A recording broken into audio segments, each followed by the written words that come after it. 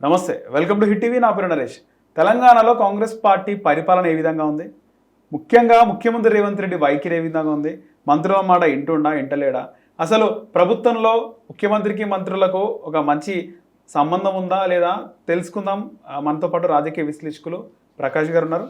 Sir నమస్తే. నమస్తే Naresh. Sir, రాష్ట్రంలో రేవంత్ రెడ్డి పరిపాలన ఏ విధంగా ఉందంటే ఏం చెప్తారు? అంటే మనము ఇవి పెద్ద ప్రజలకు ఆసక్తి లేదు. ఏది ఇప్పుడు మంత్రివర్గంలో ఐక్యత ఉందా, వాళ్ళు ఎవరైనా గోతులు తీస్తున్నారా, ఇది పెద్ద ఇంపార్టెంట్ అంశం కాదు.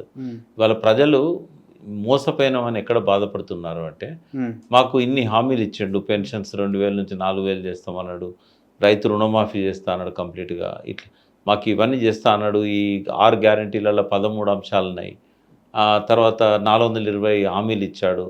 ఇవన్నీ ఏమైనాయి అనే దాని మీద వాళ్ళు ఆలోచిస్తున్నారు. వాళ్ళ కోణంలో నుంచి కన్నా మనం డిస్కస్ చేయాలనుకుంటే ఆర్థిక పరిస్థితి ఏంది, ఎందుకు ఈయన అశక్తుడైండా, లేకపోతే అపరిపక్వత, చాతగాని వాడా, ఎందుకు ఇట్లున్నది అనేది ఒక్క మాట మీరు అడిగిన దాన్ని చెప్తాను. ఐక్యత ఎప్పుడూ లేదు కాంగ్రెస్లో. ఇక్కడే కాదు, కాంగ్రెస్ పుట్టినప్పటి నుంచి కూడా కాంగ్రెస్ పార్టీలో ఎప్పుడూ ఐక్యత లేదు. ఎప్పుడూ వర్గాలు ఉంటాయి. మహాత్మా గాంధీకి వ్యతిరేకంగా సుభాష్ చంద్రబోస్ ఉండేవాడు, నెహ్రూకు వ్యతిరేకంగా. ఆ రోజుల నుంచి ఈ రోజు దాకా కూడా వాళ్ళు కలిసి ఉంటారు, కానీ ఎప్పుడూ ఐక్యత ఉండదు. నిర్మాణంలో కలిసి ఉంటారు, ఎప్పుడూ ఐక్యత ఉండదు. తర్వాత కొంత ఒకరి మీద ఒకరు బహిరంగంగానే కామెంట్లు చేసుకుంటూ ఉంటారు. తర్వాత గోతులు తీయడంలో కాంగ్రెస్ పార్టీలో అయితే వాళ్ళకు పేటెంట్ ఇవ్వచ్చు, వాళ్ళకు వెనతో పెట్టిన విద్య పేటెంట్ ఇవ్వచ్చు. తర్వాత కంప్లైంట్స్ ఇవ్వడంలో కూడా పేటెంట్ ఇవ్వచ్చు. చాలాసార్లు ఈ మంత్రుల్లో ఉన్న కొంతమంది కంప్లైంట్స్ ఇచ్చారు, వాళ్ళకే విసుగు వచ్చింది. ఎన్ని కంప్లైంట్లు ఇచ్చినా మారుస్తలేరు. మార్చాలని ఉందా మంత్రులకు కూడా? మంత్రులకు మొదటి రోజు నుంచి ఉన్నది, ఆయన కానియద్దు అన్న కాడ నుంచి ఉన్నది కదా. కానీ వాస్తవం మాట్లాడుకుంటే రేవంత్ రెడ్డి లేకపోతే కాంగ్రెస్ పార్టీ పవర్లోకి వస్తున్నాయి సార్. అసలు రేవంత్ రెడ్డికి సంబంధమే లేదు కాంగ్రెస్ పార్టీని పవర్లోకి తీసుకురావడంలో. చరిష్మా అనేది కాదు, నేను అనేది ఏంటంటే ఆ పార్టీ ఇచ్చిన హామీలు అవి కర్ణాటకలో మొదలైనవి, ఇక్కడ కంటిన్యూ అయినాయి. అన్ని రేవంత్ రెడ్డికి ఆపాదిస్తే ఎట్లా? రేవంత్ రెడ్డిలో ఉన్న డైనమిజం ఆ పార్టీకి ఉపయోగపడ్డది. రేవంత్ రెడ్డి చెప్పిన అబద్ధాలు ప్రజలు నమ్మిళ్ళు. రేవంత్ రెడ్డి చేసిన అంటే సునీల్ కనుగోలు అని వచ్చాడు కదా, ఆయనేది ఎక్కువ రోల్ ఉంటుంది రేవంత్ రెడ్డి కంటే. ఆయనే ఈ సోషల్ మీడియా ద్వారా అబద్ధాలన్నింటినీ బాగా జనంలోకి తీసుకుపోయాడు, నమ్మేటట్టు చెప్పించగలిగాడు. రేవంత్ రెడ్డిది పాత్ర లేదని నేను, బట్ లీడ్ రోల్ రేవంత్ రెడ్డిది ఉన్నా కూడా దాని వెనకాల చాలామంది కృషి ఉంది. అలా అన్నిట్లో కేసీఆర్ గారు వారు చేసిన పనులు చెప్పుకోలేకపోవడం, ఆయన స్వభావానికి భిన్నంగా రొటీన్ స్పీచ్లు ఇవ్వడము, ఎలక్షన్ మేనేజ్మెంట్లో ఫెయిల్ కావడం, సెంటిమెంట్ రగల్చకపోవడం చాలా ఉన్నాయి. సెంటిమెంట్ పనిచేయదు, బట్ ఆయన చేసిన 2019లో రిపీట్ చేసిన పనులు చెప్పుకుంటారు. 2018లో సార్ సెంటిమెంట్ అప్పుడు ఎందుకు వచ్చిందంటే చంద్రబాబు నాయుడు కాంగ్రెస్ అలయన్స్ అయింది కాబట్టి వచ్చింది. ఇప్పుడేమో కాంగ్రెస్లో పొత్తే కలిసిండు ఆయన, అంటే కంప్లీట్ అస్త్ర సన్యాసం చేసిండు, క్యాండిడేట్లను పెట్టకుండా ఏకపక్షంగా చేసిండు. ఏది ఎట్లున్నా కూడా చంద్రబాబు నాయుడు కూడా ఓడిపోవడానికి కారణం అంటే 26 ఫెయిల్యూర్స్ ఉన్నాయి నాకు తెలిసినంత వరకు కేసీఆర్ ఓటమిలో, కాంగ్రెస్ రావడంలో. అందులో ఒక్క కారణము రేవంత్ రెడ్డి, ఇంకో కారణం సోషల్ మీడియా. 24 కారణాలు వేరే, అవేవి కాంగ్రెస్ సంబంధం లేదు. 6 గ్యారంటీలు చంద్రబాబు నాయుడు, అది ఇవన్నీ మూడు హామీలు ఉంటాయి మా అంటే కాంగ్రెస్ అధికారంలోకి రావడానికి. 26 కారణాల్లో ఇదే కూడా చెప్పండి సార్, అర్థమవుతుంది కదా జనాలకు, మాకు కూడా తెలుస్తుంది కదా. సందర్భం రాని చెప్తా. ఇప్పుడు ఒక 2 చెప్పండి. అంటే చేసినా చెప్పుకోలేకపోవడం కేసీఆర్. రెండవది బీజేపీతో అని పెట్టుకోవడం. బీజేపీతో పెట్టుకోవడం వల్ల బీజేపీ వెనక్కి తగ్గి ట్రయాంగిల్ ఫైట్ ఉన్న కాడ ముఖాముఖి పోటీలు తీసుకొచ్చింది. అది చాలా చాలా ఇంపార్టెంట్. ఏ ప్రభుత్వం అయినా 10 ఏళ్ళు ఉన్న తర్వాత యాంటీ ఇన్కంబెన్సీని డివైడ్ చేయాలి. బీజేపీతో నేరుగా పెట్టుకుందంటారా? బీజేపీతో బిఎల్ సంతోష్ మీద కేసు పెట్టడము, మోడీని అమిత్ షాని బాగా విమర్శించడం, తిట్టడం. అప్పుడు ఏమైంది? ఈ కారణాల వల్ల మోడీ గారు ఏం చేశారంటే భారత రాష్ట్రంతో పెట్టుకొని చిచ్చు పెట్టిండు, అన్ని ప్రాంతాలకు విస్తరిస్తున్నాడు. ఈయన ఇక్కడనే ఖతం చేస్తే ఇంకా దేశవ్యాప్తంగా ఎదగడు. ఒక్కసారి కాకపోతే మనం ఎట్లాగా అధికారంలోకి వస్తలేము. వాళ్ళు ఏం చేసిందంటే 3 ఏళ్ళ ముందు నుంచి వాళ్ళు ఇక్కడ టీం పెట్టారు. మాదాపూర్లో పెద్ద ఆఫీస్ తీసుకొని కేంద్ర టీం 300 మందిని పెట్టి డబ్బు కూడా బాగా ఖర్చు పెట్టారు. ప్రతి నెల కోట్లలో ఖర్చు పెట్టారు. రాజ్నాథ్ సింగ్ కొడుకు, అమిత్ షా కొడుకు ఇక్కడ సూపర్వైజ్ చేశారు. అయితే వాళ్ళకు 3 ఏళ్ళ తర్వాత వచ్చిన ఫీడ్బ్యాక్ ఏంటంటే, ఇది అసెంబ్లీ ఎన్నికల కంటే కొంచెం ముందు, ఒక 4 నెలల ముందు, మనం 35 సీట్లలో పోటీ ఇవ్వగలుగుతామని చెప్పారు.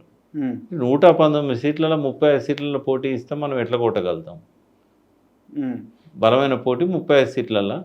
ఒకవేళ ఎలక్షన్ల నాటికి ఇంకా కాన్సన్ట్రేట్ చేస్తే 50 సీట్లలో ఇవ్వగలుగుతాం. అంటే అధికారంలోకి అయితే రాము కదా. ఇక్కడ ట్రయాంగిల్ ఎట్లుందంటే బీజేపీ కాంగ్రెస్ కలవదు, బీజేపీ టీఆర్ఎస్ కలవదు, టీఆర్ఎస్ కాంగ్రెస్ కలవదు. కాబట్టి 50 సీట్లో 50 గెలిచినా అధికారంలోకి రాలేరు కదా. అందుకని ఏం చేసిందంటే మోడీ తెలివిగా బండి సంజయ్ వెనక్కి లాగి ఓకే 15 సీట్లకు పరిమితం అయ్యేటట్టు చేశాడు. పోటీయే 15 సీట్లలో జరిగింది. ఓకే. ఏది ట్రయాంగిల్ ఫైట్. సో కేసీఆర్ రావద్దు, కేసీఆర్ రావద్దు అనేది కాంగ్రెస్ వచ్చినా పర్లేదు. ఆయన కాంగ్రెస్తో అలయన్స్ పెట్టుకున్నాడా పెట్టుకోలేదని నేను చెప్పలేను. ఎందుకంటే చంద్రబాబు నాయుడు కాంగ్రెస్ వచ్చినా పర్లేదు అంటే వాళ్ళు రానియొద్దు, కాంగ్రెస్ వచ్చినా పర్లేదు, వాళ్ళు రానియద్దు, అది టీఆర్ఎస్ను రానియద్దు.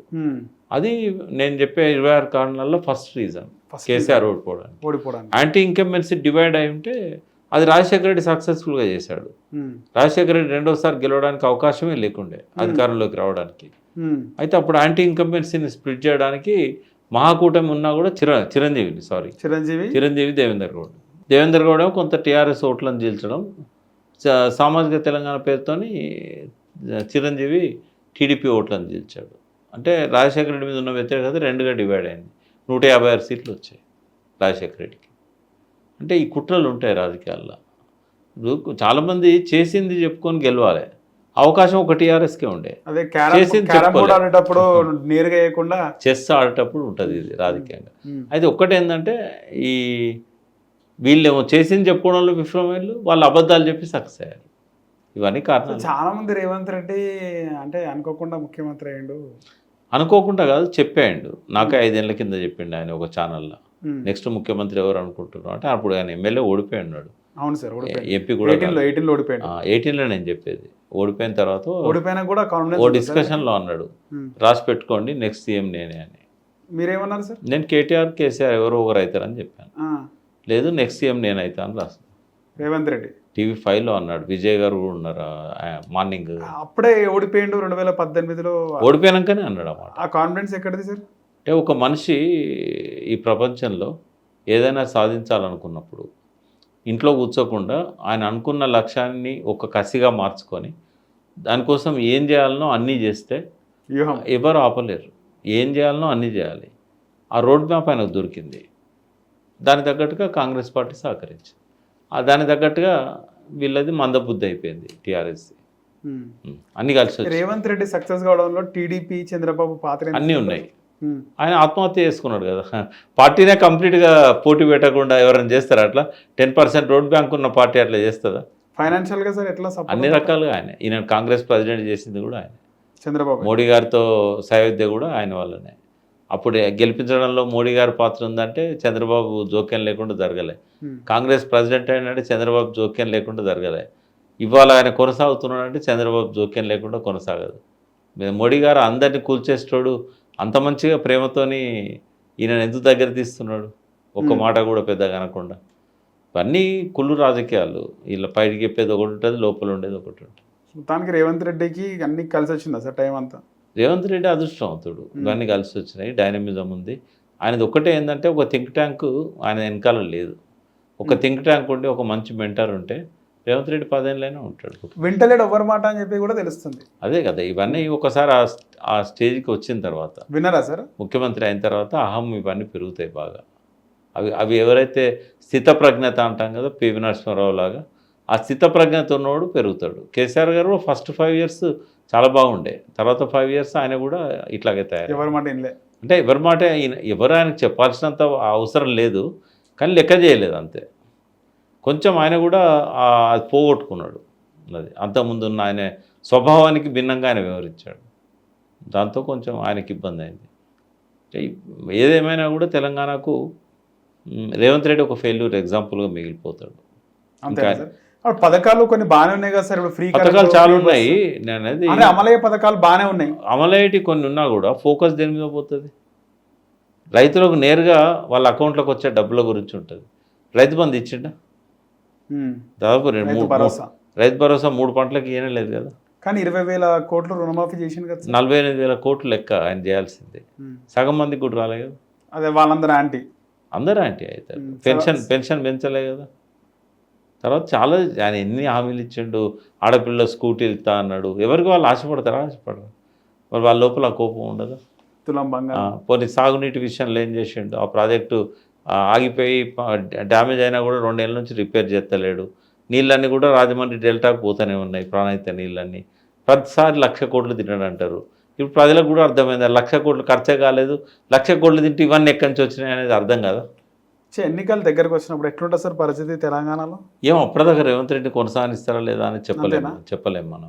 మీనాక్షి నటరాజన్ వచ్చాక షీఈ్ నోబుల్ పర్సన్, మంచి తెలివి కల్లది, ప్రజల పట్ల ప్రేమ ఉన్నది. ఈయన చేసే అవకతవకల గురించి ఆమె రిపోర్ట్ చేస్తుంది ఇన్ఛార్జ్గా. మరి వాళ్ళు ఈయన పట్ల కొద్దిగా అంటే ముభావంగా ఉంటున్నారు. కొంత వ్యతిరేకత కూడా పెరిగింది, ఎందుకంటే ఇప్పటివరకు వాళ్ళు ఇక్కడికి వచ్చి ప్రజలకు థ్యాంక్స్ చెప్పలేదు గెలిపించినందుకు. రాహుల్ గాంధీ 2 సార్లు వచ్చి మీడియాకు చాటేసిపోయాడు. ఆ ప్రోగ్రాం వరకు మాట్లాడండి మీడియాలో, కానీ ప్రత్యేకంగా తెలంగాణ విషయాలలో మాట్లాడలేదు. హామీలు ఇచ్చింది వాళ్ళు, నమ్మించింది వాళ్ళు. రేవంత్ రెడ్డిని చూసి కాదు కదా ఓటేసింది. కొత్తగా స్కీమ్ కూడా పెట్టింది కదా సార్, రాజీవ్ యువ వికాసం. ఏమన్నా పెట్టనియండి, రాజీవ్ గాంధీ పేరుతో ఏ స్కీమ్ పెట్టినా కూడా అవి ఖచ్చితంగా అమలు చేస్తే ఆ స్కీమ్ వరకు ప్రజల లోపల ఆ సానుభూతి. ఇప్పుడు కేసీఆర్ తక్కువ చేసిండు అన్నప్పుడు ఎన్ని పథకాలు, ఎంతమంది, ప్రతి కుటుంబం లబ్ధి పొందింది కేసీఆర్ పాలనలో ఏదో ఒక రూపాన. మరి వేసిండ్ల ఓట్లు 60% మంది వేయలే కదా, 61% మంది. ఇదంతే, లబ్ధి పొందినంత మాత్రాన్ని వేస్తారా? అంటే ఇచ్చిన వాటికంటే కూడా ఇయ్యని వాటి మీద ఎక్కువ ఫోకస్ ఉంటుంది. రైట్. కాబట్టి ఇచ్చింది చెప్పుకోరు, ఇబ్బంది బాగా ప్రచారం అవుతుంది. నాకు రాలేదన్నాడు 10 మందికి చెప్తుంటాడు, వీధికి ఎక్కి అరుస్తూ ఉంటాడు. వచ్చింది అన్నాడు గుమ్మరంగా ఉంటాడు, ఇంట్లో కూర్చుంటాడు వాడు. అదే కాబట్టి రేవంత్ రెడ్డిది కష్టకాలమే. మళ్ళీ కాంగ్రెస్కి ఏమాత్రం అవకాశాలు ఉండవు. ఎక్కడైతే పశ్చిమ బెంగాల్, తమిళనాడులో 63, 67 తర్వాత మళ్ళీ ఎన్నడూ ఆ పార్టీ అధికారంలోకి రాలేదు. ఆ విధంగా అవుతుంది. అంటే మా తరమే కాదు, మీ తరం కూడా మళ్ళీ కాంగ్రెస్ను తెలంగాణలో చూడదు, వచ్చే అవకాశం లేదు. ఎందుకంటే కామరాజ్ లాంటి గొప్ప లీడర్స్ మట్టి కొట్టుకుపోయారు అక్కడ. సిద్ధార్థ శంకర్ రాయ్ బెంగాల్లో చాలా పెద్ద లీడర్, ఇండియాలోనే 1 ఆఫ్ ది టాప్ సీఎంలలో ఉండే. కామరాజ్ గారు అయితే నెహ్రూ కిందరాకు పాఠాలు నేర్పేది, వాళ్ళే రివైవ్ చేయలేకపోయారు. అంత మంచి ముఖ్యమంత్రులు పోయిన తర్వాతనే రాలేదు. ఇక్కడ ఇంకొక ప్రాంతీయ పార్టీ ఏదైనా భవిష్యత్తులో రావచ్చు, ఒకసారి అట్లాంటి కవిత కావచ్చు, ఇంకోరు కావచ్చు. ఇప్పుడైతే అవకాశం లేదు. వచ్చిన తర్వాత ఈ 2 ప్రాంతీయ పార్టీ డిఎంకే, అన్నా డిఎంకే లాగా ఉంటుంది. ఎందుకంటే జాతీయ పార్టీలకి ఇక్కడ భవిష్యత్తు ఉండలేదు. ఒకవేళ బీజేపీ ఇప్పుడు ఏ పార్టీ రాలేదు, టీఆర్ఎస్కు పోటీగా బీజేపీ ఉంటుంది. ఇక్కడ ఇంకో పార్టీ వచ్చింది అనుకోండి, ఆ party versus TRS. Kalvakuntla family నుంచే 2-3 పార్టీలు పుట్టే అవకాశం ఉంటుంది సార్ వచ్చే. ఏ పార్టీ పుట్టదని నేను అనుకుంటున్నాను. కల్వకుంట్ల ఫ్యామిలీ కానీ, హరీష్ రావు నుంచి కానీ ఇంకో పార్టీ వస్తుందని నేను అనుకోవట్లేదు. కేసీఆర్ గారు ఇంకా 2 పార్టీలు పుట్టే అవకాశం ఉందనిపిస్తుంది. నేను అనేది ఏంటంటే రాజశేఖర రెడ్డి, చంద్రబాబు నాయుడును, లగడపాటి లాంటి వాళ్ళను, కావూరి రాయపాటి లాంటి వాళ్ళను ముప్పు తిప్పలు పెట్టి తెలంగాణ తెచ్చిండు. ఈ కుటుంబాన్ని చక్కదిద్దుకోవడం ఆయనతో కాదా? అవుతుంది కదా. ఇవన్నీ అత్యాశలు. జనాలలో కూడా సెన్సేషను, కొంతమందిలో శాడిజం బాగా పెరిగిపోయింది. వాళ్ళు అట్లా ఆలోచిస్తూ ఉంటారు, ఆశపడుతున్నారు. కానీ మాలాంటి వాళ్ళం ఉన్నాం కదా, అంత దూరం రాణిస్తామా? హిట్ టీవీ యాప్, ఇందులో short news, live news, entertainment shows, movies, digital magazines తో పాటు మీ జిల్లా వార్తలను కూడా ఫ్రీగా చూడొచ్చు. ఇంకెందుకు ఆలస్యం, వెంటనే హిట్ టీవీ యాప్ ని డౌన్లోడ్ చేసుకుని ఫ్రీగా ఎంటర్టైన్మెంట్ పొందండి. Hit TV app. Hit TV app. Please download hit TV app. Hit TV app ని ఫ్రీగా డౌన్లోడ్ చేసుకుని ఎంజాయ్ చేయండి. మీకు నచ్చిన ఎంటర్టైన్మెంట్ కోసం హిట్ టీవీ యాప్ ని ఫ్రీగా డౌన్లోడ్ చేసుకుని ఎంజాయ్ చేయండి. హిట్ టీవీ యాప్ ని డౌన్లోడ్ చేసుకుని ఆస్వాదించండి, ఆశీర్వదించండి. ఇంతమంది సెలబ్రిటీలు హిట్ టీవీ యాప్ ని డౌన్లోడ్ చేసుకోండి అని చెప్తున్నారంటే ఎంత మంచి యాప్ ఆలోచించండి. అమెరికా అమెరికా అమెరికా అమెరికాలో చదవాలనుకునే వాళ్ళకి విశ్వసనీయమైన పేరు మన శౌర్య కన్సల్టెన్సీ. UK లో 1 year masters. UK లో 1 year masters. 2 years work permit up to 5 years visa. Contact Saurya Consultancy. Contact 89851 89851.